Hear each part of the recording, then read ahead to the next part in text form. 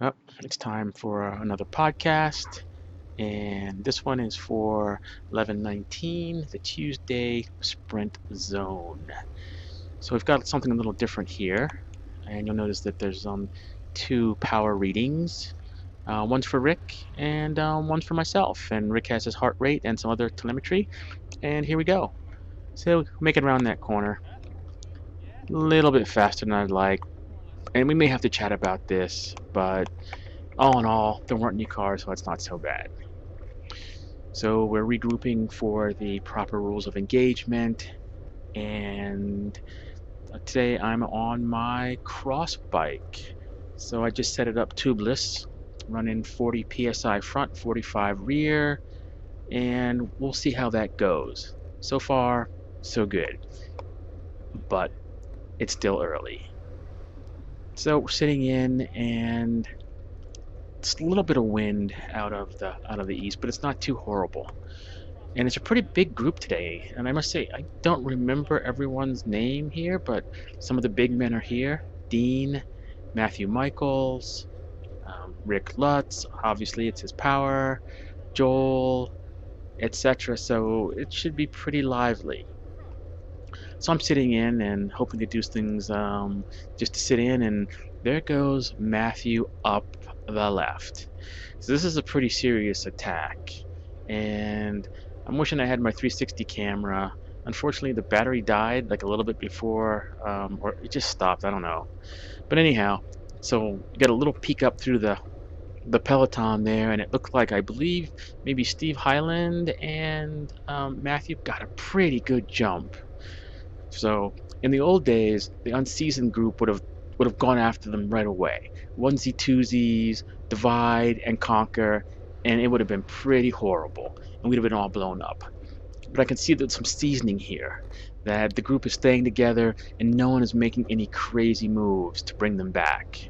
Although I must say, um, they've gotten a pretty good gap up the road, and Matthew's done this before, and it's pretty much been game over. And he's pretty much fresh off an Ironman, so he's still fit. So there goes Dean. So Dean realizes the danger of this move, and he sees that the group, although well-meaning, being together, are not bringing these guys back. So he goes to the front, and life is good. Everyone's still staying together, and no one's pushing it too hard. No one's breaking the rules of engagement here around that corner, which is nice. But you can see that we are still scrambling to try to bring these guys back. Closing up, there's Ilka falling back a little bit. She's brought her cross bike, or yeah, I think it's a cross bike or a gravel bike. She's got the wrong tires though, but she's strong enough to push it, so things are okay. So you can see Rick just a little bit ahead of me in the red. Had a little glimpse of him out of the corner.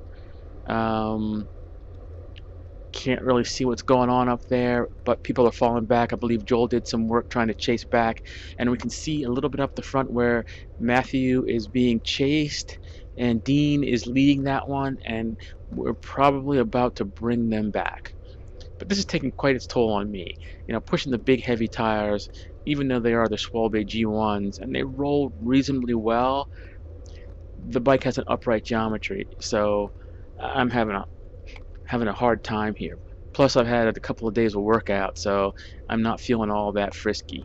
Yep, there's a good glance of Rick, and you can see his power. Throwing out some really good numbers there, 500 watts. So even though we're only doing like 23, oh, look at that, 700.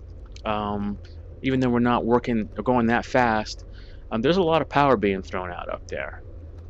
So I'm sitting in. Wish I would have had my heart rate monitor. Kind of just scrambled out really quickly and didn't set the heart rate monitor out and didn't wear it, so kind of a bummer. Anyway, sitting in, trying to recover. Life is good. Don't know who the 970 guy is. Oh, and there goes the man. So we weren't blocking too much traffic, and he went by us pretty quickly. There was some slight concern that he was going to pull us over, but he got by us all right. And if you notice, there is the double yellow line, so it's definitely safe to pass. So sitting in, no one's changing anything. The big men have been brought back, and no one is really wanting to work here. And I'm noticing that. It's, some big attacks were made, and it's either tired everybody else out or they've gotten a lot more savvy. Anyway, I'm just sitting in, hoping to just make it to the end, dragging the heavy cross bike. And there's some fatigue in my legs. That body pump class the day before, doing all the, the lunges and wall sits and all that, definitely takes its toll. And even the stuff for the core muscles, it tires out my core back muscles, and it's sometimes I just I'm so fatigued I just can't put the power down. But I'm hoping that's going to pay off in the springtime. So I can see a couple riders ahead of me. No one's doing anything yet, but this is a little bit of a grade, so as you can see, look at the power difference between the two of us. He hit 600 at some point. I hit maybe 300, and now look at that. There's 400 for me, 400, 500, 700, 800. And so you can see that there must have been a little bit of an attack or surge there. So there's Matthew coming back after being caught. It's actually dangerous to let Matthew come to the rear, because a rested man of his caliber could launch another attack and it could be game over. But at this point, I'm pretty happy. The crossbike's doing really well. Got a little jump in the rear tire. I think there may be some kind of manufacturing defect in that Schwalbe, but it's not too horrible, so I'm still sitting in. 21 miles an hour.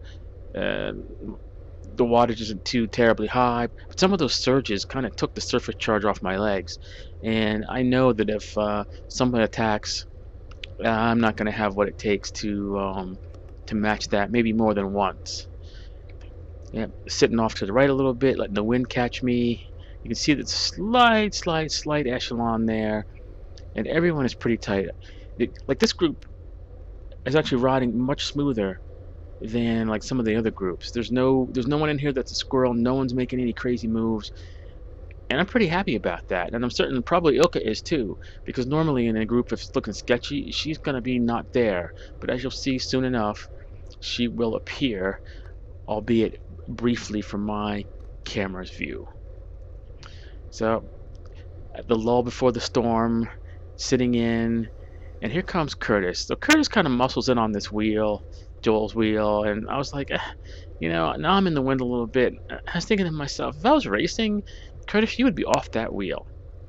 But we're not. Oh, and there goes Matthew and Ilka charging up the left side. And the reaction here was slow. And so I'm thinking to myself, come on guys, let's go, go. Unfortunately, here I am, stuck at the back of the accordion. So even though, look at that, I'm hitting 600 watts at this point. 700 watts just trying to stay in here on that stinking cross bike. Yeah, and if the reaction was a little bit quicker, as soon as Matthew came by, there should have been a reaction, a bigger reaction, instead of people going, waiting for somebody else to do something.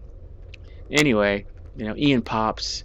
I'm sitting behind Mark, who's gotten really strong, but he's still not in the drops. And we had a chat about this last week. His upright position is not doing it. So anyway, I take over, bring us back into the group. But as you can see, there's a toll here, 400 watts to bring people back. That's a lot. And then there's a little bit of a setup, nice attack. It definitely softened softened me up. And I know if this happens again, it's going to be game over. Up, and there it goes. You can see, look at Rick's speed, 26 miles an hour. I'm only doing 19, and it's game over for me. So there goes Mark.